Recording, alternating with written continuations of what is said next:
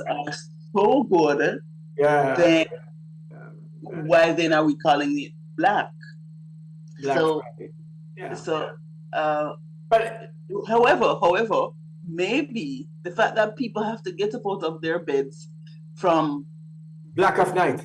on to get to the locations is really maybe the negative implication or connotation to it. But Yeah. um, Well, we are, we can create any, we can create any narrative. We just have to put it out there and people will buy it into the story. Propaganda is easily sold. And people are you always looking for a new propaganda to buy into, So yeah, I never found myself the Black Friday sale. I saw it once and I was asked to pick up some stuff one morning, early in the morning, long some years ago. And that thing burned me so badly. I felt so awful about it that I had to get out of my bed to come chase down a TV that value yes. $5 less on the morning that I wake up and lose my whole sleep for. No, me no want to do it. But Mikey G, it's not usually $5. Yes, less. It's usually significant, maybe to the tune of 30%. You mean Uh, it sold for the right price for change? well, here's the thing, America seems to have gotten it down to a science when it comes Okay, to sales. right. So we do go to their stores, especially when they're changing seasons. The deals seem to be very, very, very good. And if you thought that is maybe the authenticity of what a sale is. So people are seeing those benefits, and sometimes it may be bigger than 30% because it's really an opportunity for them to change out stock. So maybe for the merchants, if they didn't get rid of those stock, it would be a matter of, you know, it would be of no use to them. So it's a So, win to them in the sense so, that so, let me still sell it, get something, as opposed to maybe throwing it away. So if you use so, the concept if you use the concept of like clothing, winter versus summer, the summer stuff are not relevant in winter. So yeah. it's either they're going to put them away and then they're going to be out of style for the next summer, or they really, really put a discount that is going to be so attractive that it is the consumers who are going to be worried about when they wear those clothing. So You know, in other words, what you just explained to me, Lady Caroline, Karen, is that the concept of what you just explained to me is that these are actually garbage that need to go to the dump, and what we have done, they have gotten us to do is to use the concept of one man's garbage is another man's treasure, and let us pay for perfect, it in the meantime. perfect, perfect. That's what I heard a while ago because I couldn't pass it up. That's what came to my mind, and so yeah, the propaganda and the plot thickens, of course. It lends itself to us, buying into some serious stuff. And it sounds good, I mean, they are good clothes, but it's not for the time that we want them for. But then guess what? They'll be discarded and not being used. And so somebody have to get rid of these things because if we don't sell it, we have to throw it away. Yeah, and then the thing is that you're tempted. It's like feeding into our consciousness. It's like when you go to a hotel, an all-inclusive hotel, and they have this wide array of food. The truth Mm. is that after the first day, or even maybe, well, let's do the first day being liberal. After that, you cannot eat all the food. So maybe if you paid less for the hotel and used the money to purchase meals, it gives the impression that it could have been a better outcome. So it's the same thing. When you go on those sales, you gouge. So even if you on a normal, you would purchase maybe one. What they're now feeding you is that the deal is so good that the $100 that You buy you one would to have get spent to buy one, if you two. spend that $100, you could get two. Or if Two, you buy three, two you expired, pay two expired goods. exactly, exactly. So we are not seeing the fact that you can't wear it in the winter. You're seeing the fact that, whoa, I just got three for the usual price of one and a half. Or the loaf of bread that is going to be mildewed in the next day. Perfect. So if you go to the stores, they're always discounted. You know, I went to a store and the price, there was a, like literally yesterday, and the price was discounted on the food. And what I noticed that there was Wow. no label as to when it expires. And I was like, well, certainly I didn't buy it because it means that it's their drunk and they're wanting me either to consume it in a day because, you know, my antennas immediately went up. So it's either they want me to consume their junk in a full day, uh, or they are, well, I don't know that there's an option. But I was very suspicious when I didn't see the label that tells me when it should be sold by. And so persons would maybe be attracted to the fact that they're paying $2 less for this item.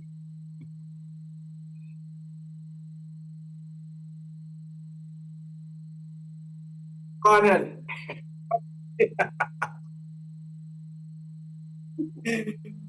Anyways, not to break up the merchants is we are saying these things and then we are hurting the person's businesses.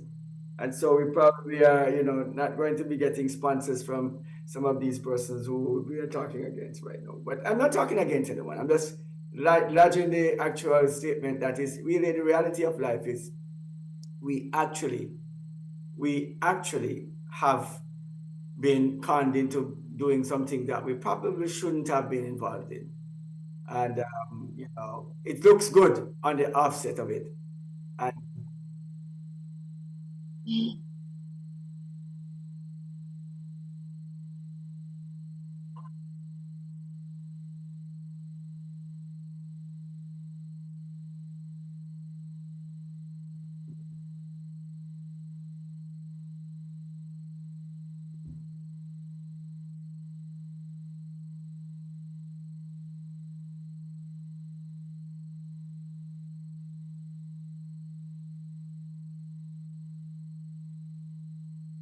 yeah, yeah,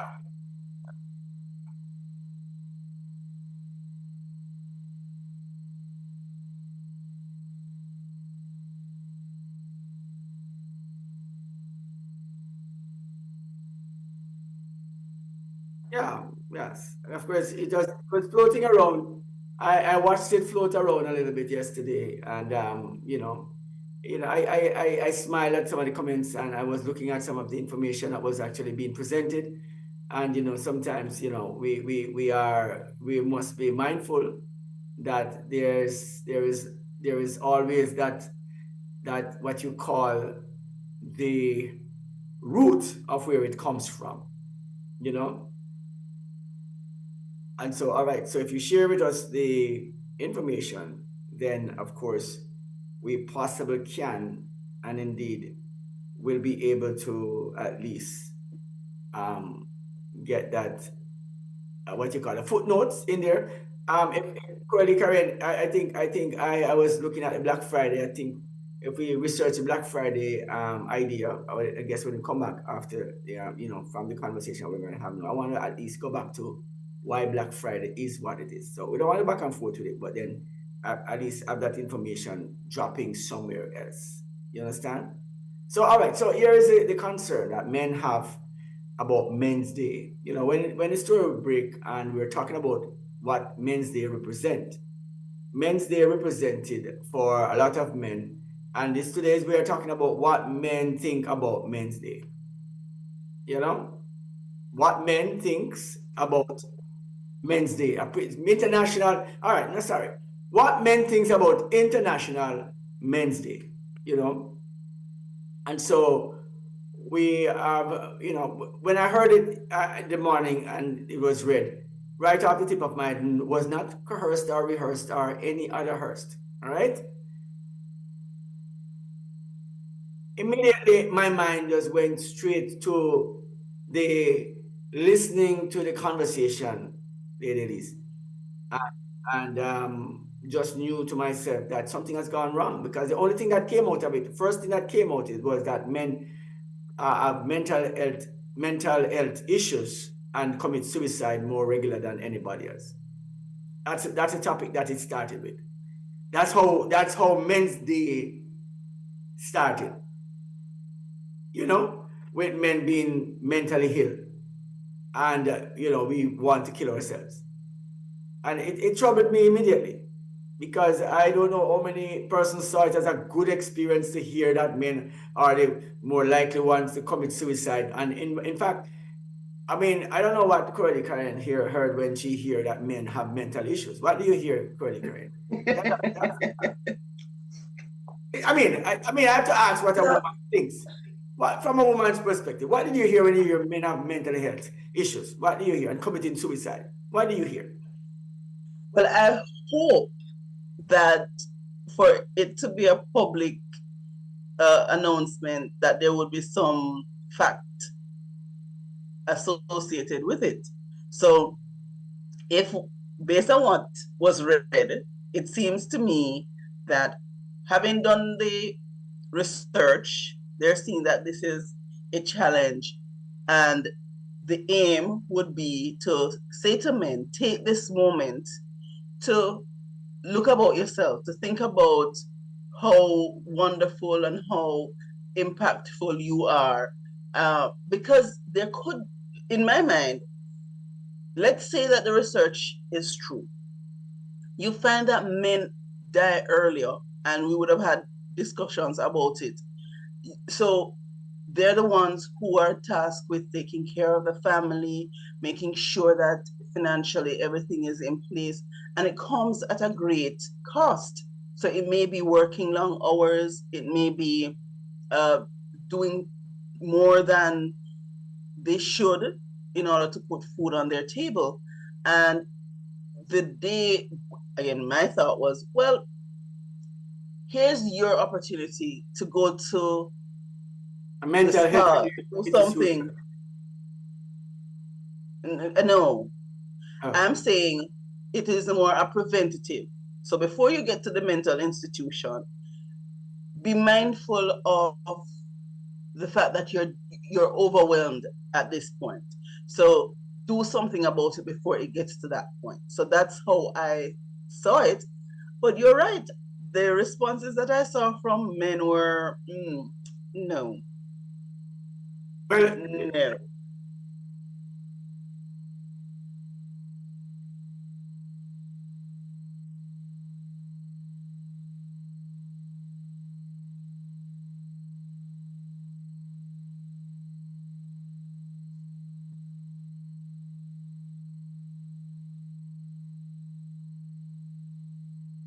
Mhm.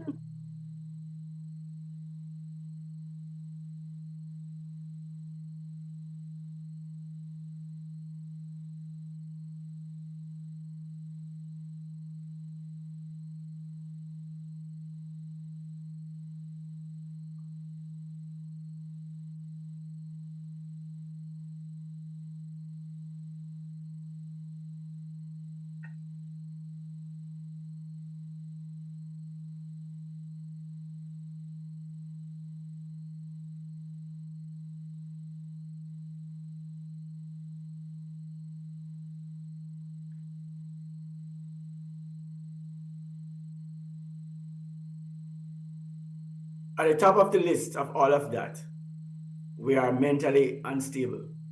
You know, and so Not at the top. Sorry, Michael, it's not at the top. It was among a few reasons. Well, here's where we actually got it right the first time. We saw it from that perspective, because we look at it, we see a problem different from everybody else. We know when we see one.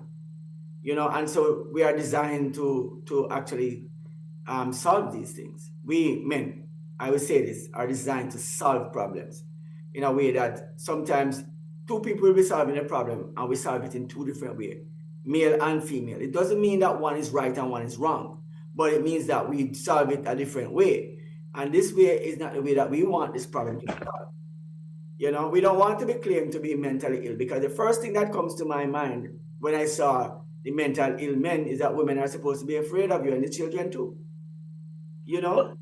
But are you saying, Michael, that there isn't a space for that it was baseless?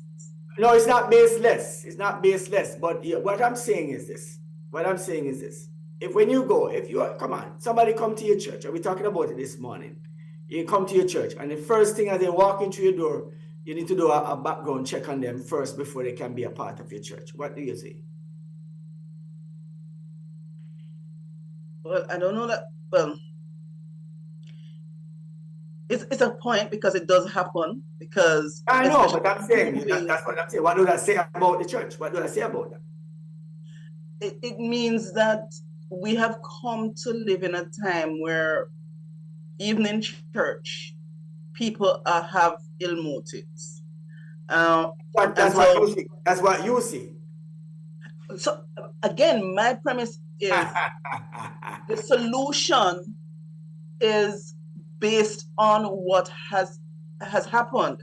So when you think about anything, there are people who are just as hardworking at making sure it is bad. So the concept of good and evil existing, not everybody appear to be what they are.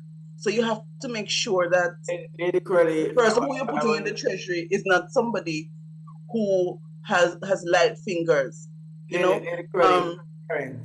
I'm not saying that it is correct. I'm just saying that the approach has a basis. The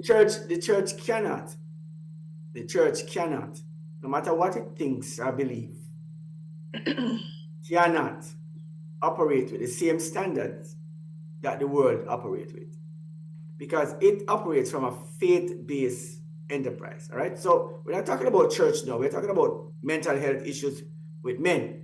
But as it continues, I would say that if we are saying, I will leave that, I will kind of like skew away from the conversation in that regard. But so hold on, before you leave the church, Michael, are you saying that although Jesus knew Judas was going to betray him, he still put him in charge of the treasury? Well, I will, all right, here's where I'm going to go to the question for you, and an answer comes from the same question. What did you see happen in the whole story? He allowed it to play out. He allowed it to play out.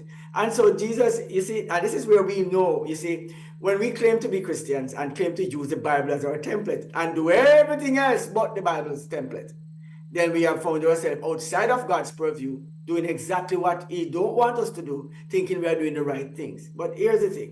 It looks like it's the wrong thing that he did, but Judas was there with Christ. And Christ allowed Judas to play out every single thing that he was going to do. Well, what also played out is that he hung himself. And that also played out, right? But what we must know is that we are not the ones who are the judge and jury of those who comes into the presence of God, because they're going to come in some rugged condition from some rough terrain. Remember that there's a criteria for you to be a part of the church. You have to believe and be baptized. You have to believe and be baptized. So when you go through the baptismal vows, is you making a public declaration that you are fully cognizant of what you're getting into, that this is really what you want. I would agree. If what you're saying is that it is free for all, that whether or not you can have a place, that there is biblical evidence to support that for you to become, just like circumcision, for example, it was a passage of right. You were a Jew because you were circumcised, and that was a bone of contention when mission went beyond. Are you be circumcised because you're a Jew? Well, no, I'm taking it from the point of view that when the Gentiles were being ministered to, the Jews used that a as evidence that they have been converted, and so it took the Paul to say if the circumcision is of the heart, and in the same manner, for you to become a member of the church, there's nothing wrong. The church doors are open to all and sundry, but in order for you to become a member of the church, you have to make a public declaration that you are going to be abiding by the principles that govern the church. It's just like a marriage. But then the As question a is, matter of fact, it is likened to a marriage, with us being the bridegroom and Christ being the bride. You can't be with every woman.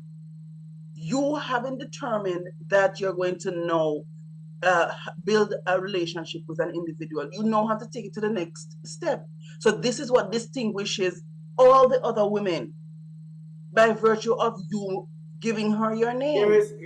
Everything, it is biblical, is the point I'm making, that there is a process of selection, or I would say decision, because it is not the church choosing you, is you choosing the church, and that goes back to the that God gives us. Here's another piece for you. Here's another piece for you.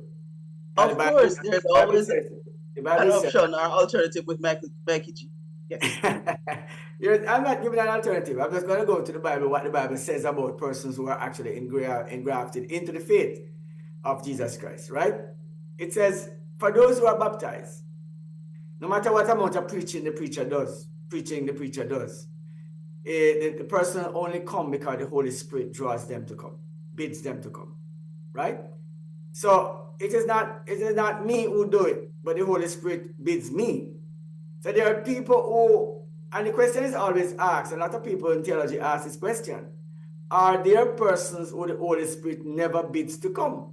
You know, because it's only if the Holy Spirit tells you to come, you come to Christ, right? So here is the Holy Spirit that I believe bids everyone who are part of God's church to come. And these are very unlikely persons who would be Christians, such as some murderers like Peter, sons of thunder, would be dangerous men, dangerous people. Jesus chose them for his disciples. These are not the likely persons who would be having the best clean police records that some people would have. It's not the doctors and the lawyers and the well-groomed persons of society that he's looking for. He has gone and looked for the most scruffy persons on the streets, fishermen who would be brawlers and probably dangerous people by nature, right?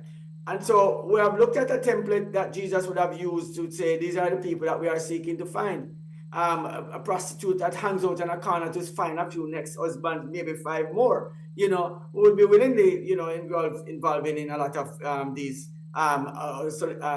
illicit activities that we might, you know, would see. But then here's Jesus, who goes out on the highways and the byways just to find his riffraffs, to bring into his fold, and he wants the perfect wife from those persons. These are virgins now, right? So here is the what you call the cover, the overview of the whole of that concept of Christianity that we now walk into, and then now walk out and then start to find lie detectors at the front of the door when you start to come to get baptized, and of course somebody with a fingerprinting machine, and of course background checks to run your thing through the database to find out what crime you have committed, and so how to assault you, you know, how to place you within the ranks of the church, because no, you can't get this position now, because guess what, you are a known thief. You rob the money, so you know you can't go near the money bag at all. You know you are. So Michael, are you justifying the mental health element of International Men's Day? Because you went far a while ago. You went far a while ago because your suspicion is so far. Here is where I go with that. I think we need to make an appointment.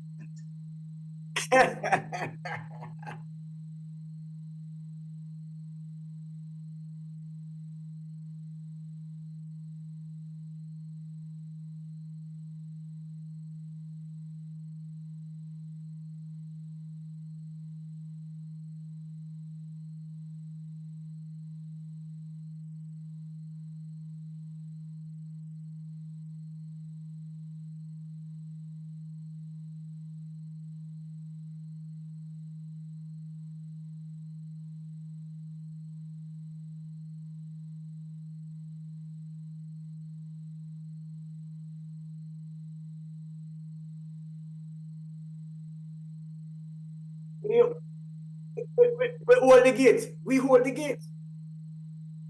You can't come in. No, no, you can't enter. No. Too much pig food. Too much pig food. You can't come back. You know, we find ourselves at some very strange places. You know, where one of the things that, and the beauty about God that you certainly would have highlighted, Michael, is that although these men were riffraffs, Yes. were cast aside, they were the most unlikely. The beauty of that story is that two things: that when God called them to let go of every single thing, the personal, their means of income, they saw in him the difference, the divinity, I would believe, that they saw in him somebody whose love transcends their income. I would also say to you that they had a choice, and they chose Jesus. Right. Parallel that to the rich young ruler, Jesus called him as well. Unfortunately, he did not choose Jesus. So as much as Jesus called these riffraffs, as much as Jesus has called us, the criteria for being a disciple is choosing Jesus. Now, I looked at it, International Men's Day, as a positive. I thought, just like how you have Mother's Day, Father's Day, it's another day to focus our attention on men. And oftentimes you hear men complain that we seem to have faded in the background. And so I thought it would be a solution to that narrative, to say, let's highlight the men, let's highlight your goodness and the fact that you're here. One of my friends, when I was in a group that I'm in, he's like, seriously, one day? So I said to him, how many days do you need? And his response was, I don't need a day, because I'm always a man every single day. That was his response. And for me, yes, for me, I was very impressed, because a lot of times, and I, even after that, it really stuck with me that for him, and possibly a large contingent of men, they celebrate themselves every day. I don't need you to tell me that I'm important, that I'm special, that I'm having an impact on my family. What you're celebrating is my daily routine. Perfect. But then that could be said for any of the days: Valentine's Day, anniversaries, any of those days, you could have that same response. So for me, that man who celebrates himself, who takes care of himself every day, I will lift my hat to him. But there are others who are so deep in the trenches that they end up fading away, even to themselves. And what it does is say to him, you're doing a great job, but this day, take it to look about you. And so even if you've been doing it, the worst part about it is this. The worst part about it is this. Here is the concept of Men's Day. And you brought up a whole myriad of conversation that can just go any direction right now. International, the concept of men being in our society is being a situation for us right now where we are being attacked from every angle. All right. The attack is on us in terms of we want men to be more feminine, right? We want men to be feminine. You're saying the general society, certainly not women. This is what I'm saying. When men operate as a man, there are words that are toxic masculinity that pops up at the top of it. When we start to want to open doors and be that person who is going to do the thing that men do, right? It becomes toxic, and you want to hear that you must dial it back. That masculine thing need to go back. So you want to feminize men and try to put a little cloud over what we do, right? And it is offensive to us. We're not going to do it. And I'm going to teach. I personally, my everyday life is to teach all men not to do it, not to conform themselves into that nonsensical thinking and belief that you must be if I feel like operate a certain way, that's me operating that way because I'm a man and it's in the man's position purview to do it. Now you are being captured and mentally focused in some kind of ways that you shouldn't be. Emancipate yourself from and is that and then when we are looking at it is that we have a set of persons who are saying our women need to man up. So here's a society that says our women need to man up and our men need to become women, right? And so you're looking at this disparity and it has created a situation. So yes, men are now saying we don't want anybody to come sisserize us anymore. We don't want to be claimed to be mentally ill when we stand up and be men and talk about that we are committing suicide, because sometimes when you look at why the suicide rate is going up, you must understand, right? We are attacked from even within the families that we have. And if that's the case, then what we need to do is address the family that we have and not the men so much that we don't have to find ourselves escape from the families that we have or the very to kill ourselves, right? If that's a situation, right? Because that must be a situation. Because men are responsible for creating families. Men are responsible for putting the family together, right? And then we have seen so much destruction with that unit, and the government and the state has given so much to the counterparts to destroy the very essence of what they have built.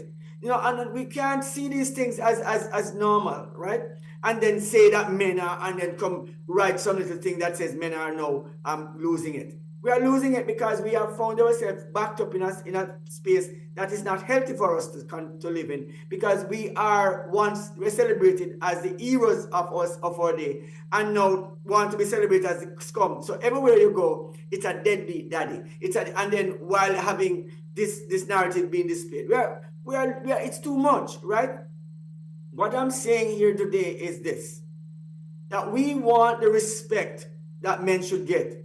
That respect that men should get will alleviate all that mental nonsense that you hear people talking about, and that disrespect has given the rise to it, right? So if men have found themselves in mental situation, it's a level of disrespect that have been shown to men and masculinity within our society that we have found this to be.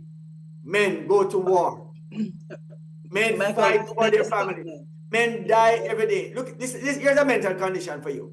Which man in their rightful mind would leave his family, go in front of people, shooting bullets at them, claiming to rescue their families from danger?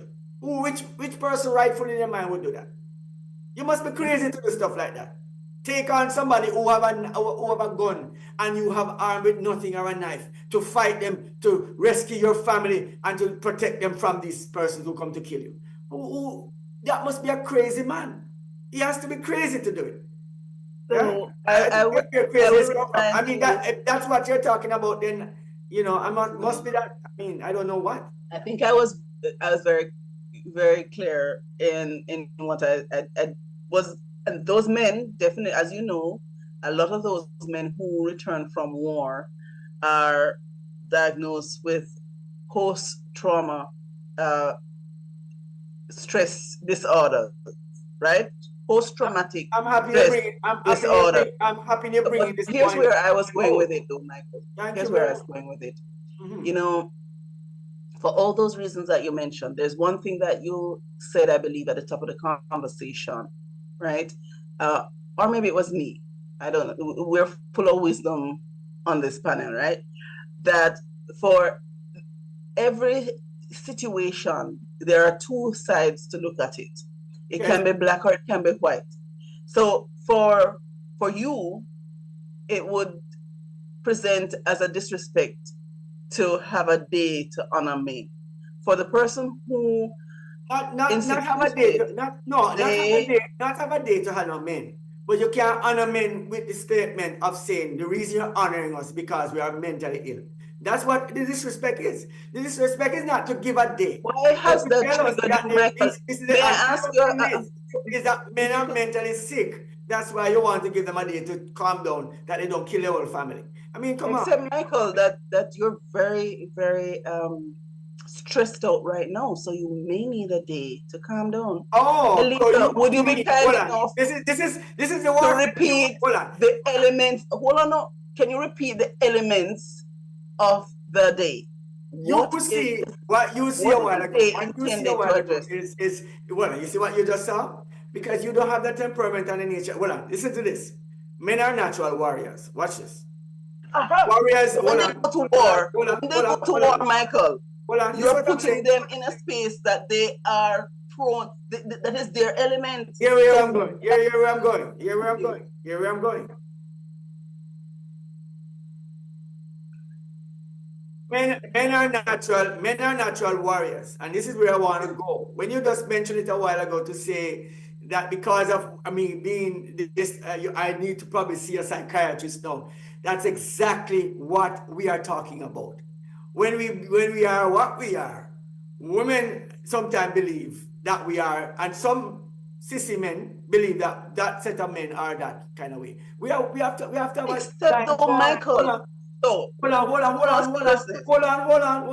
We have to have a line drawn in the sand that men are natural warriors, and when we operate in a masculine, we are doing that, and that is something that, because it's not popular anymore, when you see it, you think the men are crazy to behave masculine, and so yes, they must be placed in an institution of mental care. Right, and so that's a broad overview. Objects.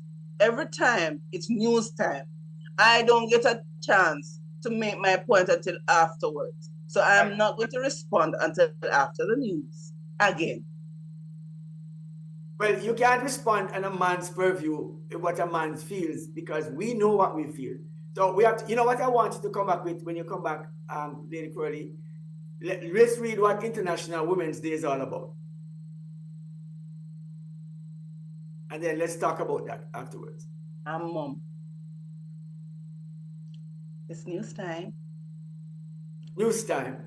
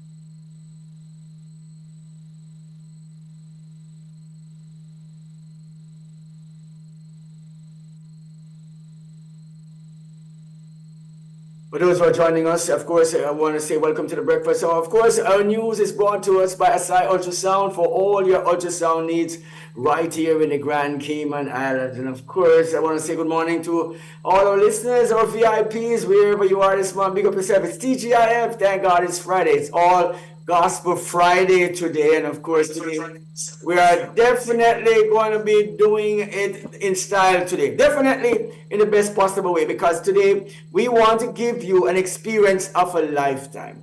You know, we're talking about Men's Day and, of course, the attributes of men. Of course, the news. I mean, there are so many things that came up in the news this morning, Lady Elise, that,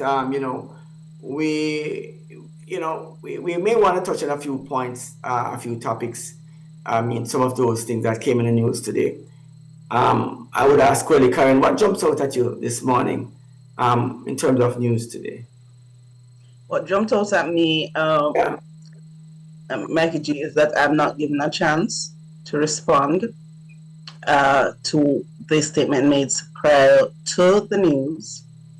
And now that we have heard the news, it seems as if I'm being sidelined. And so I would first of all would like to raise again the objection that it seems as if I do not have a voice. I am not able to articulate my point. So the news, right? There's so many things that came out of the news. I think, when you look at the things that are happening in society, when it comes on to crime, I see where Turks and Caicos has, I don't know if it's seconded a retired commissioner from Jamaica to assist them with their managing their administration there, and I think that's a great thing. What it says to me is that as a community, as a region, that we're able to support each other, and I believe that's a good thing. That is one of the things that came out for me. And I'm thinking that today we want to strengthen our people to be better thinkers and to ensure that we are able to live in harmony in a better way. Sometimes we find that because we are from different ethnicity, we are not sometimes aligned in the same mindset. So we think that something is wrong with the next person, and it creates that barrier between people of all sorts. So in a country where there are how many persons live in the Cayman Islands, different cultures? Over 195, I understand.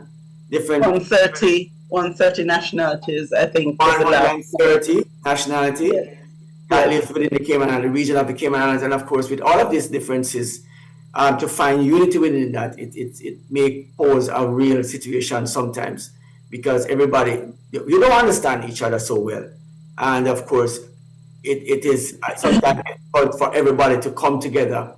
Hence, you might find different cultures might go to themselves and actually form groups, and it is rightly so. It's one island, one place, but many groups there. You'd have a Spanish, Filipino, a Jamaican.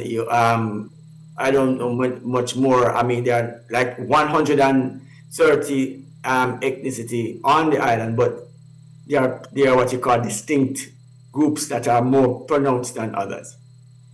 So also, I saw where that we're expecting some weather conditions. So just to caution our viewers and listeners that in the coming days, as a result, they need to be mindful. So we're talking about the northwesterly winds and possible rain and thunderstorms coming. So just be mindful that with that will come possible flooding. So be careful how you traverse the roadways, and be mindful of the pedestrians, and be your brother's keeper.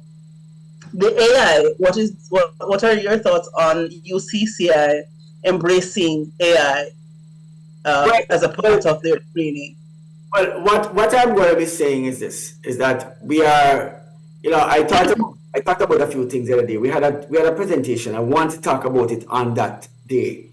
The topic came up of, how we have advanced over time. And what we know is that there was a time when we used to just train our minds to calculate numbers. And then we got a calculator. I remember going to school and we had to know a 2 times table, right? All the way up to 12, actually. All the way up to 12. And people have even more than that, just by reason of just being exercising the mind and the brain, right? People have known their squares, the table of how to find square roots and these things, memorize these tables.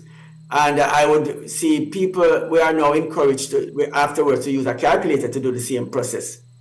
And then we are realizing that as we progress in advancing in technology and time, we are allowing our brains to work less and less and less. So we regress while the computers have advanced over us. And so, yes, AI is going to be a necessary evil that must be brought in, because if somebody writes an essay from their own personal view, AI can do it 10 times better, because it would have collected all information across the world of persons' views of what to write, how to write it the best way. So my essay would not be getting an A's today if somebody used an AI to write theirs. Yeah, but then it's taking away our ability to think, And taking away our ability to. So, in essence, rendering us in that sphere. So a number of things. Also, with looking about the health surge as reported by the HSA, the robbery has now sparked investigation relating to work permits on the site. There's also the government speaking about transparency as it relates to overseas territories. We also see where there are some issues relating to I think it's Guyana. We're talking about child abuse cases, and the idea behind the news is to bring awareness. Awareness so that people know what is happening, and importantly be mindful of it. So as it relates to child abuse, I know that we have states and jurisdictions that have strong child advocacy units, and so the citizens are encouraged, if you are aware, there are avenues to report, because the children are our future, and I mean that adage has not changed, and it is a reality. So we need to protect them. So if in every walks of life, if you come across a suspicious situation, be bold enough to take the responsibility to caring for our children. So a number of things came out in the news. On the pathway of the robbery and the work permit and the background checks and of course the police records and stuff, because what you'd look at is persons, what we never calculate is that people are just people, and a person may never have a police record, or probably have never done that bad thing before, but then somehow would have gotten into doing something real crazy. It's ridiculous to see it happen, because I've never seen somebody who just decide, oh, I'm just going to be a bad person. It didn't start out like that, and many persons thinking that that's the way it works. It don't work like that. Persons get up and say, oh, I'm just going to be the worst person there is. It don't work like that. But then this is an unfortunate situation that this is happening. But then what we must know is that it is not the first time that something like this has really happened. It may be on the first time that it has been on the scale of this nature that it has happened. And so it may strike an alarm. Somebody, a lot of persons would see their children doing something simple like killing a dog, killing an animal, and doing, not seeing the child advancing into trying to kill humans eventually, right? And didn't do anything about it, no matter what you do, that child won't stop stealing the money. If no matter where you hide it, they take it away.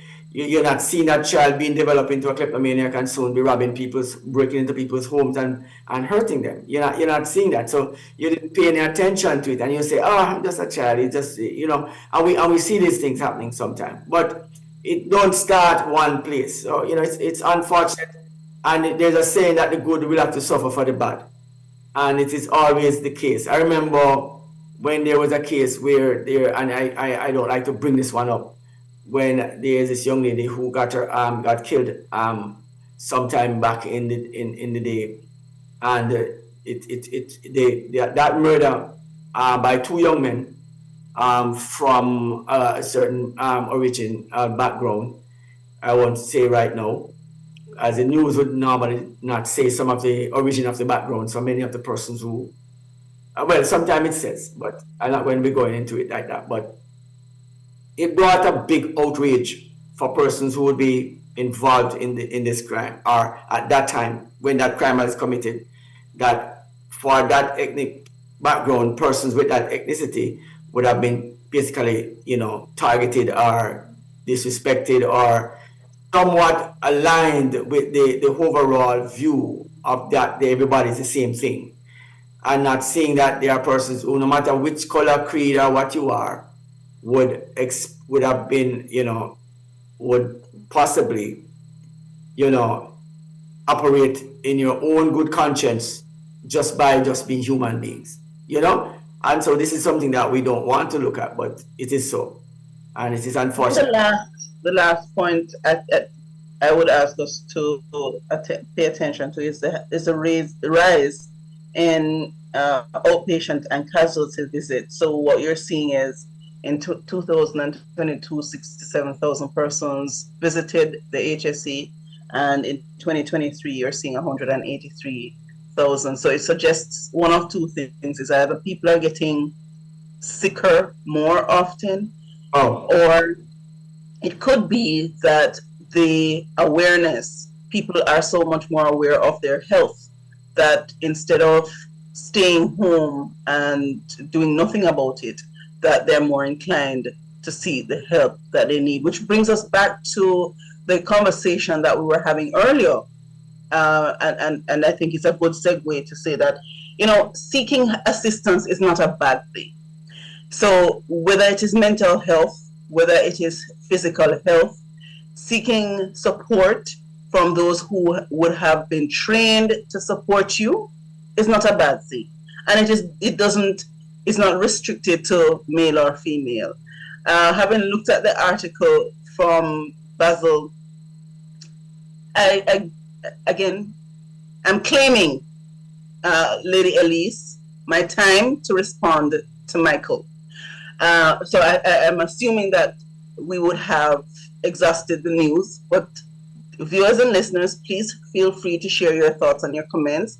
I'm sure that it will be recognized and articulated at a later date. But claiming back my time, I looked at the article some more, and the gentleman was comparing International Women's Day with all the fanfare that it presents against Men's Day that had none.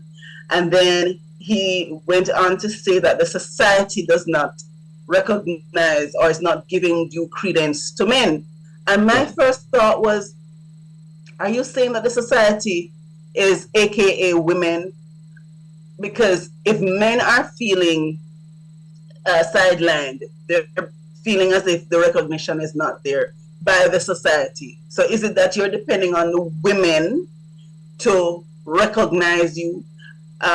Where then were the committees that were set up to make sure that Men's Day had all the bells and whistles that would satisfy you of it being at the level that it purports?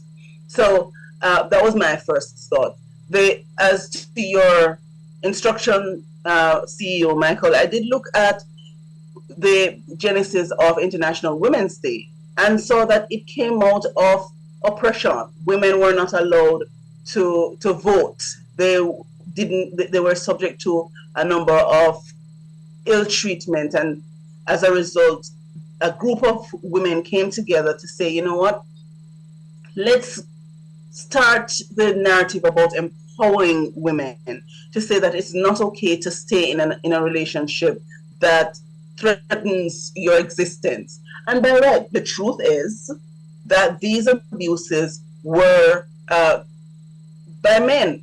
So from to your work, you gave me some work to do. I think I would have satisfied it. So I in just to balance the two, they were both created out of a need to solve issues that were negative for both men and women. Well, all right. I would respond, and of course, very good points.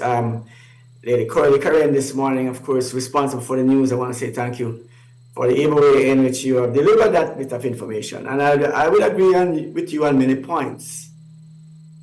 And but I would be hastened to address the idea of the injustice that happened for voting rights for women, as we saw earlier in the, if we want to use the United States as a template, was for slaves and all the persons, black women in general. So it was men and women at one point that was brought into the whole fear of not being able to vote. Black men, black women, and of course white women, colored women, whichever color they are, right?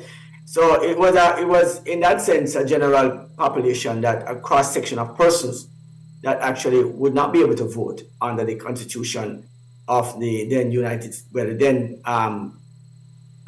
society that was being instituted. So I would put it at that level to say that it was not just a discrimination against women that they couldn't vote, but against black people in general. All right. What we have found though with the empowerment of women, as we want to use it as a platform to say that women were now being disrespected and beaten because they weren't able to vote. And this is one of the concepts that came out of it, is that we have found that the movement of women's rights has mushroomed into something else, and has always been a very somewhat questionable organization.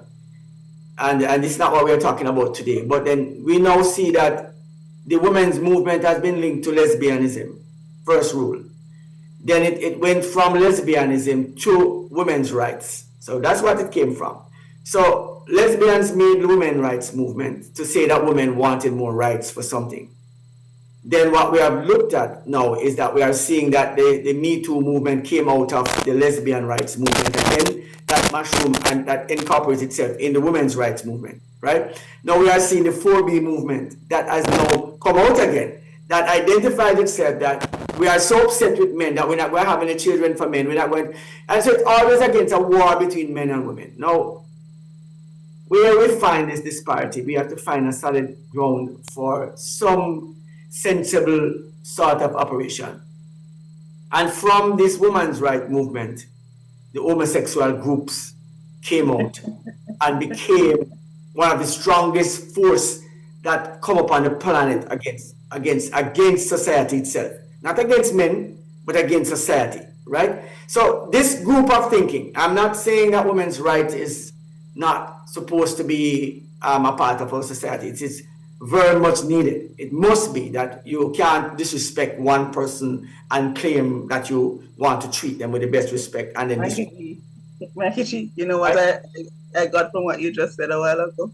Yes. That we don't need to empower women because they have always been the holders of awesome power. Because if you're saying that by being empowered, women decided to be not just to stick to their selves in terms of relationship, they went further to dictate how men were to engage in relationships.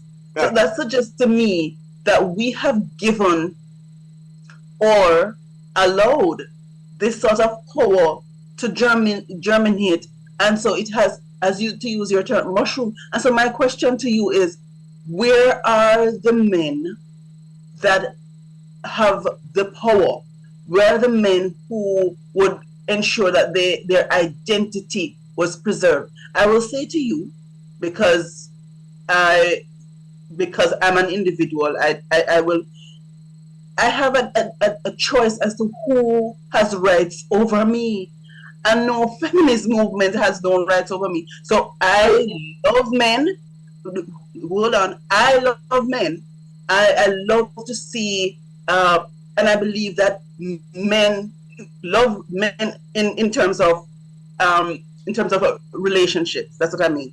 But I believe there's a space for you know what I find it is so beautiful when I see men sitting down and laughing and enjoying each other's company. Because to your point, there's always this fight that seems to be going on. And so it is, for me, it's a welcome change when you see men, whether they're playing dominoes, whether they're just watching us or whatever it is.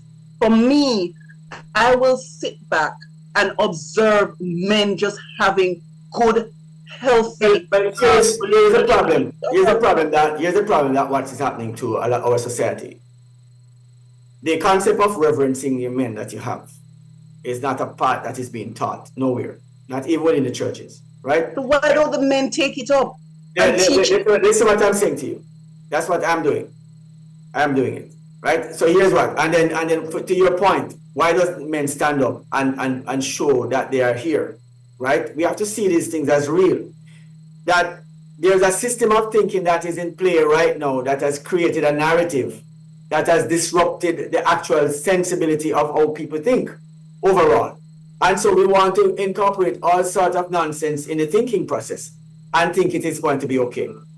You know? So here is a society that has brought in the ideologies that men cannot operate as how we should. Hold on, I'm saying something to you. Because if men are simple.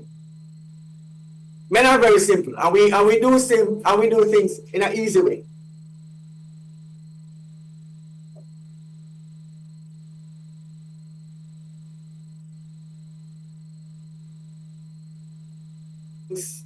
Men are simple, and we do things in a very easy way. We are not wanting to be complicated about anything. The concept of being disrespected as a man is not as simple as women see. Well, women know that it's not simple because it is the root of where it has hit home to lots of men. When you feel as if you are subservient to a system that don't want to treat you with any respect. That's one thing. And so men have abandoned the idea. Men have abandoned the idea. And so it has not been working. It has not been working. What they do is that they have left it, which means the empty holes that you see where men have walked out of it is what has happened to some of our places. Here's where I'm going to go with it. When the idea of disrespectful behavior to men comes in the home by the feminist movement, feminism have no place in marriages. Feminism have no place. This is what I'm saying to you. Feminism have no place in Christianity. Here's where I'm going to go. Feminism is an evil and a demonic concept. I'm going to say it. We don't subscribe to it. We as men are not subscribing to feminism. Listen what I'm saying to you. To be a feminist, we are not a part of that set of rules of nobody. No, not going to happen. So we are objecting to it because it has always not served the women that even engage in it. What it has done to women who have engaged in it, it has destroyed their very homes that they have. Because the very thing that you should be is to be submissive and reverence your husband, or to be that person who will be peaceful in the home. And this is not happening anymore. And so the men are not accepting it, and they're walking away. This is what I'm saying. They're walking away from that nastiness and destructive nature and leaving it alone. It has brought another problem. No, Michael, no. I am going to strongly object because the blame cannot be placed at the women. It's not about women. It's not about women. My point is the home. It's not about women. Feminism is not about women.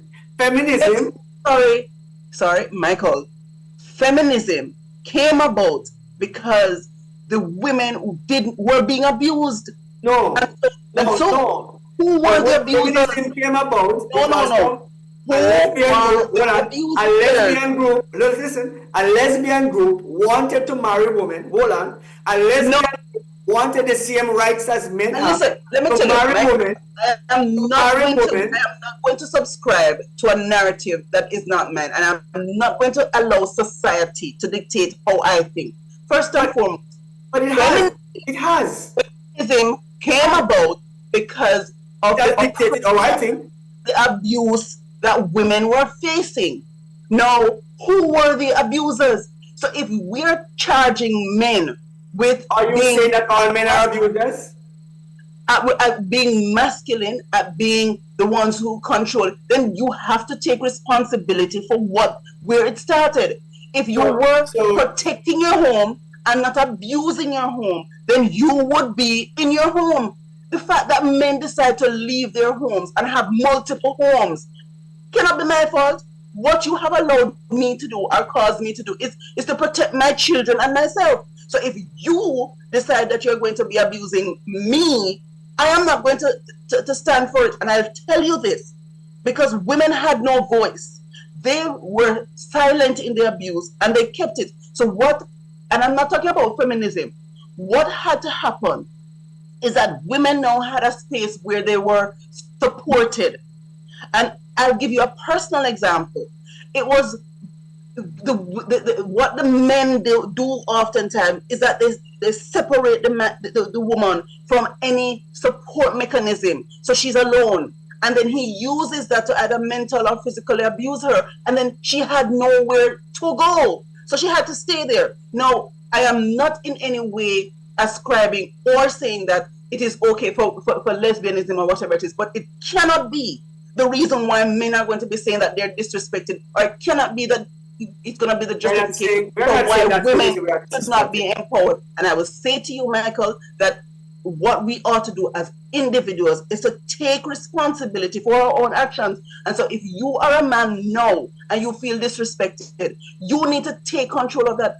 Do something about it. If a woman says something, but that's what I'm saying. A woman says something to you and you feel disrespected, what is it for you to go to her and say, you know, Corley, I didn't appreciate how you spoke to me a while ago, and I'm going to ask you that in a future conversation or in this conversation that you correct it.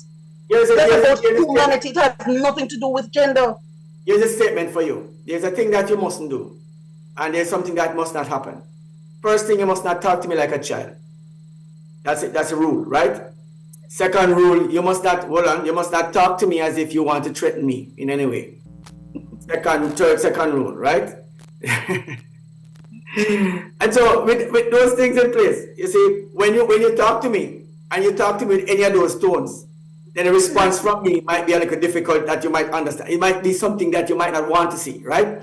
And this is just me. Hold on. Listen what I'm saying. This is just me. And it can be contained because I want to contain it just for the purpose of where I'm at that time.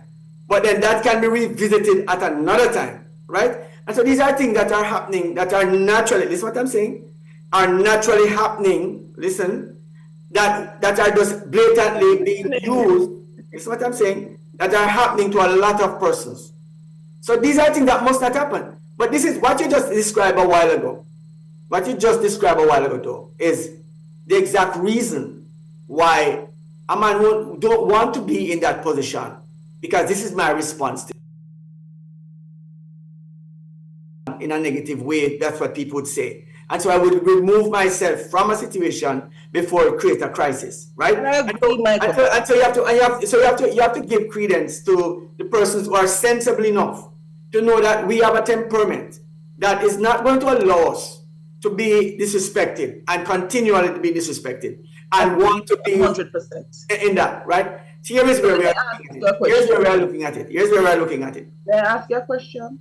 We look at a society, when we come to it, we look at a society that is now trying to replace masculinity with femininity. Here's a position that I'm going to give to you. We cannot pass it. We can't pass it. We cannot pass it. we are looking at everything that a man does. The society says a woman can do it better. All right? And with that saying, it's not to say that we are, hold on, it's not to say that we are able to do it together well. Men have never wanted to do anything better than a woman. We have never wanted to do that. No man you know want to do anything better than a woman. Because what women do, we don't want, listen what I'm saying. What women do, we don't want to do that better. We don't want to have children better.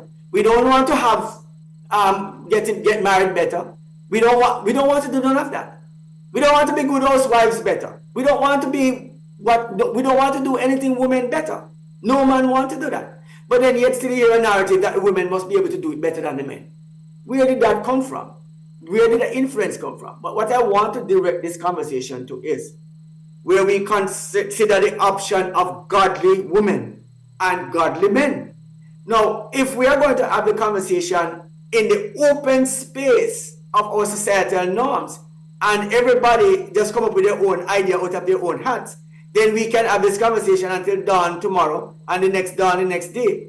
But we must have the conversation within the confines of what does a godly woman look like. And a godly woman, listen to this, a godly woman cannot be a feminist. She cannot. And a godly man cannot be an abuser. So, all right. But then you are suggesting that all men are abusers. And you're suggesting that all women are feminists. Oh, I'm not suggesting that. No, but my argument. My question to you, Michael, is who makes up the society? Who makes up the society? My argument did not suggest that all women are feminists.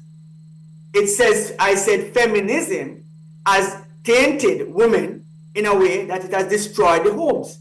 And I'm saying that women didn't start off at this nonsense, but they came into it. Men, in general. No. But what we have looked at is even a statement I've listened to women say, and this is not a manner, and this has become a man and woman war.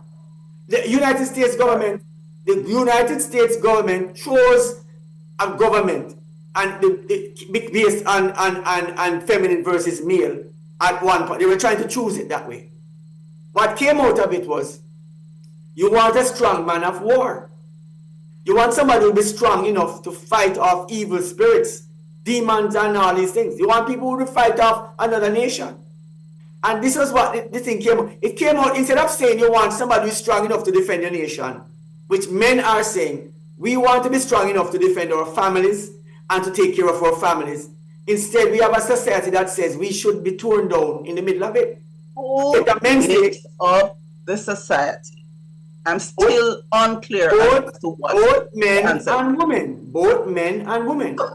But a disparity. Are you allowing both men and women to dictate what men do? And to the men and women. But you must understand, if you want to ask how a man. Please tell me to understand, because I don't. If you want to know how a man feels, and if you want to know how a woman feels, who would you ask how women feel about themselves? A man or a woman? Agreed. I totally agree with you. And so how is it then? How is it then when I'm telling you? How is it then when I'm telling you what is happening where men are feeling disrespected? It sounds as if it's something fictitious, I'm saying. No, all I am saying only man can tell you. Only we can tell you.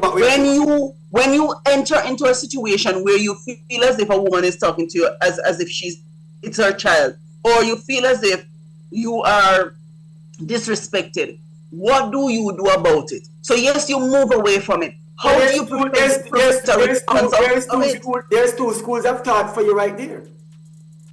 My question is solution. How do you prevent a recurrence? And I see by the clock on the wall that we are out of time, and I will submit to Mikey G to say the last words. And I will encourage I would not encourage strongly that when you're surmising that you balance it. I'm not surmising.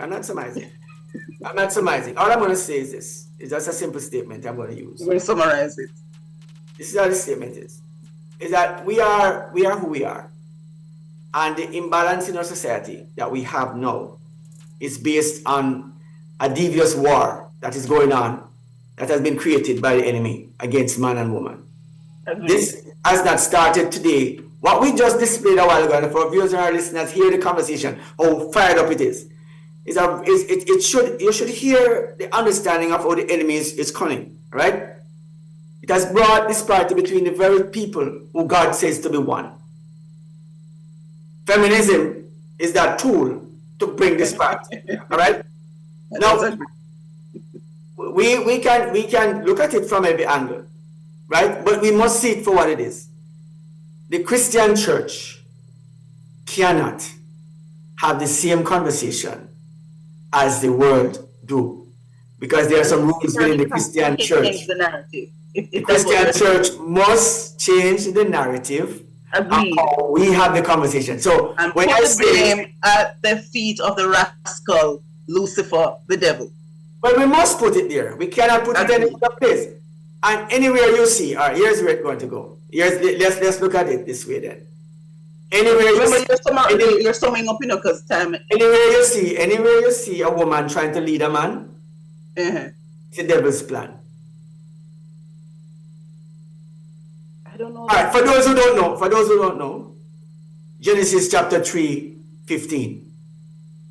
Anywhere you see a woman trying to lead a man, it's a devil's plan. Would you be saying that if the man allows it, then it's the devil's plan as well? But this is what I'm saying. Here is Adam in the garden, and Eve went and hold on. Here's Adam in the garden. Yes. And Eve went and grabbed the fruit. And she chose to eat it. She, when she grabbed the fruit, became the agent of the devil immediately. And he chose. Hold on. The arch enemy of her husband. Yes. So she didn't come back to him as his wife. He didn't know that when the woman who came in front of him was hold on.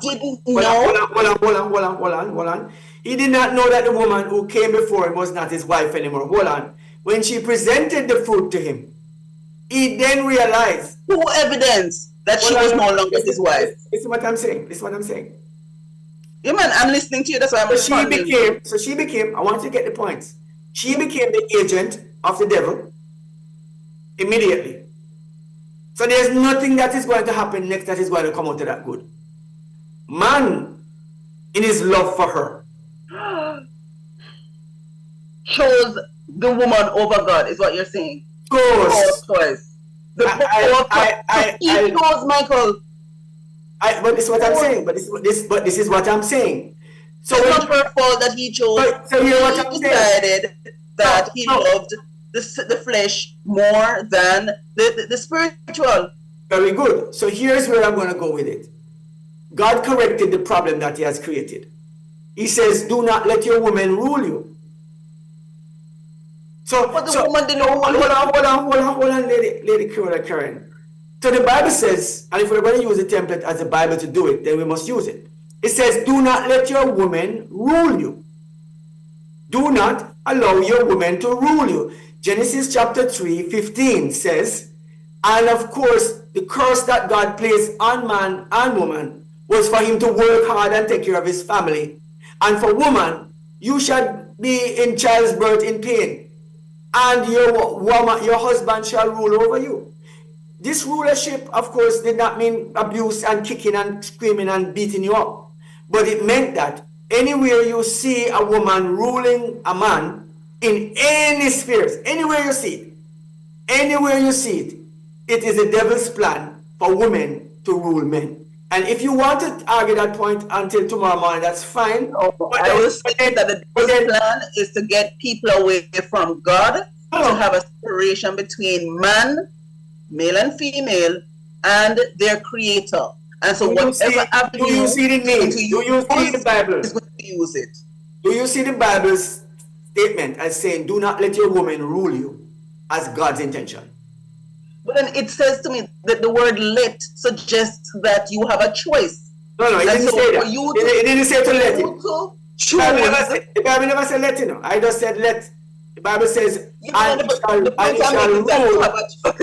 he shall rule over you. The choice still resides with you as to how your household is managed. And so if you come with the abusive, then you're not going to have a harmonious space. So the man is charged with creating his home. And so the fact that the home is now in disarray, I believe that that is the way we need to start. The men need to take responsibility and say, I'm going to change the home. I'm going to be the man in the home. I'm going to be the one who goes out there and You can't say that, Lady Crowley, Karen. The man can't say he's going to be the man in the home. When you marry a man, hold on. When you marry a man, and this is where I'm going to go. He's either going to be a man or he's becoming a man. Now, only place I see the people becoming men are the transgender people. When you marry a man, Elisa, help! Help! It can be a man or a monster. No, listen. Men are either they're not going to be anything else but what we are. We can't be anything else. You can't become a man. You are either a man or you're not. You can't become a transgender man. Oh, this week I was a woman and next week I'm a man or something. But Mackie G, I'm gonna go with it. Mackie G, would you be kind enough, please? Go ahead. We Go ahead. come to the end of Go ahead. over. We would have had a very spirited discussion, and again, listeners, I will in full disclosure share that when I was approached about being a part of this, I was like, boy, Lord, it's going hard, because Michael has very strong points, and even as a listener, my position has always been balance the thing now, give both sides to it. And so I hope there's no offense intended, but if I have a point, I'm going to raise it, right? But again, it brings us back to the essence of it, that we live in a world that has two choices. Mm-hmm. It is tarnished because the arch enemy of our loving God decides that he needed to, he's here with great wrath. And so I love Michael. I have no choice but to love Michael. Because if I'm going to heaven, and I am going to heaven, I have to love Michael. I just have to help him understand this other side of the story. And that is my sole intent, to provide the other side of the story. So at the end of the day, he's going to make sure that I have gelato. I'm going to have gelato, and I'm going to have my 2 scoops of gelato, pistachio and coconut. And so coconut. At the end of it, it's just again, it's just to share with you that there are 2 sides to the story. I can be very passionate about my side of the story, but at the end of the day, Michael will give me a hug after he has paid for my gelato. Here's a rule of thought. I would say that I would say to all men, based on what Curly Karen has been banging about, and she's saying it and she's driving it home, men need to be more caring, loving, and kind to your women. Guys, pay attention. The woman speaks, and when she says it, it means that she's feeling that pain, right? Now, if we are not hearing, we are the doctor and that does hearing aids. So we want to ask your men to listen, guys. Please, put the hearing aids in. This conversation is geared towards letting both sides of the fence know that we are hurting, we are not happy with what's going on, and if there's a godly church that exists, for God's sake, be that salt church that teaches men and women how to be better people for society. That the world view, the persons around us can see us operating in God's purview, as though God would want us to operate, and then copy, instead of us copying the world's view and doing it within our ranks. It's a hurtful thing to see. And so this morning, if any takeaways there, Lady Curly Karen, I want to thank you this morning for all the views that you have brought forward. People listening, will hear this going on, but what you must listen to is how we have been on both sides of the fence, having our own views and where those views come from, and they are necessary to have. And this conversation was a beautiful one. I want to thank you for being a part of it this morning. Thank you for the breakfast. I want to say thanks to our executive producer, Lady Elise, this morning for producing this program for us on the breakfast hour this morning. I want to say thanks to our listeners and our viewers this morning for joining us. Of course, Lady Curly Karen, do you want to thank your viewers as well?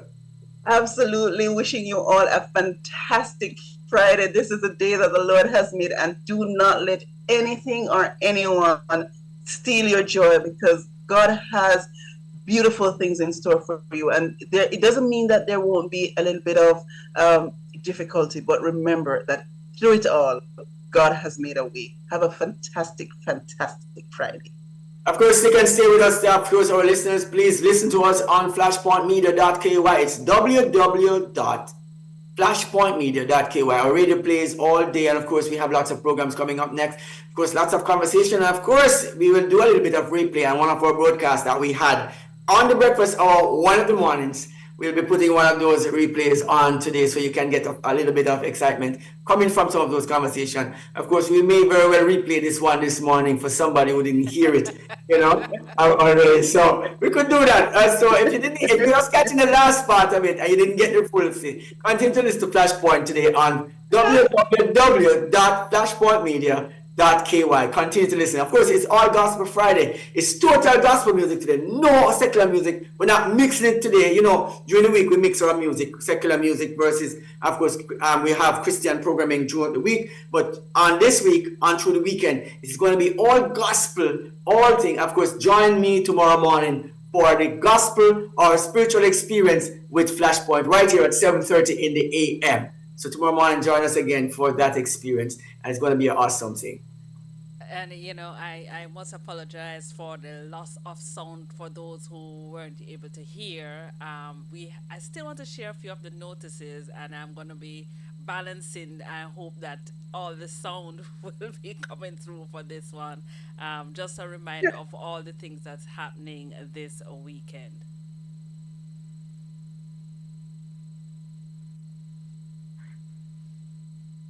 Get ready, Grand Cayman. The gospel.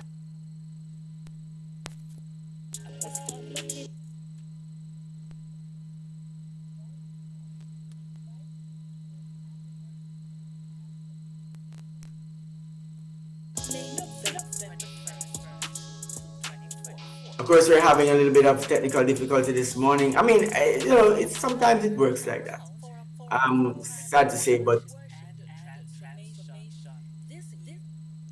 Yeah, I don't know what's happening with the sound, but I just quickly stroll through them. The Apostolic Church will be having their turning point appreciation, pastor appreciation, and anniversary at Mary Street. And of course, they will be having a dinner tomorrow evening at the Emsley Memorial Church Hall. And let's go over to Maranatha as well, who will be having their music day. The Maranatha SDA Church invites you to their Music Day 2024 under the theme, The King is Coming, November 23rd, 2024, starting at 9:30 a.m. Come out and be blessed at the Cayman Academy School Hall. A blessing awaits each and every one of you. See you there.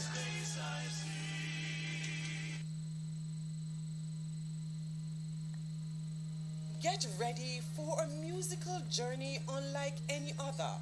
On Saturday, November 30, 2024, Savannah Seventh-day Adventist Church proudly presents a day of worship, inspiration, and music that will lift your soul to new heights. This year, we're embracing the theme, Sermon Through Music, a divine symphony of creation, grace, love, redemption, and the soon coming of Jesus. From the opening note of divine worship at 10:30 a.m. to the final chords of our evening service at 4 p.m., you'll journey through the story of God's love, expressed through music. Each phase of the divine plan will be beautifully narrated in song. This is a day for everyone. Whether you love the majestic harmonies of timeless hymns, the lively rhythms of contemporary worship, or the classical beauty of the old favorites, we have got something special just for you. Picture this: a full day of corporate worship, singing along with your church family to songs that have touched hearts across generations. Lift your voice as we unite in harmony, celebrating the wonder of creation, the miracle of grace, the power of love, and the promise of redemption. With guest artists, choirs, and special presentations, each moment is crafted to draw you closer to God's presence. It's a day of joy, reflection, and hope, all centered on the soon return of Jesus. Bring your families, bring your friends, and most importantly, bring your hearts ready to worship. So, save the date, November 30, 2024, Savannah Seventh-day Adventist Church, divine worship at 10:30 a.m., evening service at 4 p.m. Come, be a part of the Divine Symphony, a worship experience you won't want to miss. Let the music of heaven fill your soul and reignite your faith. Join us for ASI Weekend, November 22 to 24, under the theme Reset, Revive, Renew. ASI, a community of Seventh-day Adventist laymen and professionals, is committed to sharing Christ in the marketplace. On Friday, connect on Zoom with Pastor Baptiste. Sabbath morning, explore Marketplace Ministry. Then celebrate the divine service with Pastor Baptiste and witness the installation of our new ASI board members, followed by Sabbath lunch. In the afternoon, don't miss the major project launch and heart resuscitation training. On Sunday, rise early for the SDA 10K run walk at 6 a.m. Wrap up the weekend at 6 p.m. with a grand gospel concert, closing with an inspiring charge by Philip Baptiste. Come, reset, revive, and renew with us.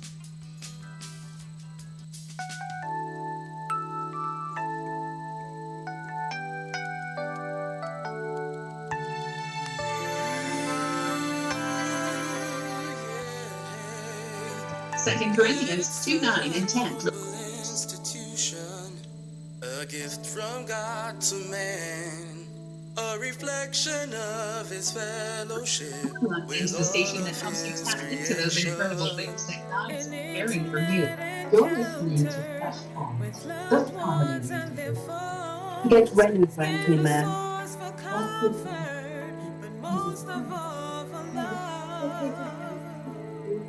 It's the origin of innocence, the birthplace of trust, a sanctuary from the cruel and unjust. 7:30 p.m. on the church grounds for Generations brought to meet each This other is through the miracle of founded by love. 1 Kings chapter 18, verses 1 to 46, with a focus on verse 14.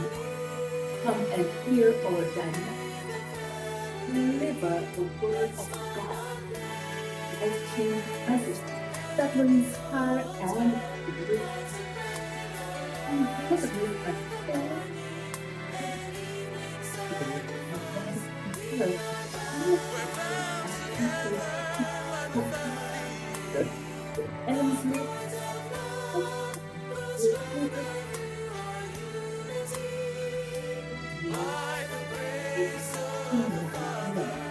Dress your best.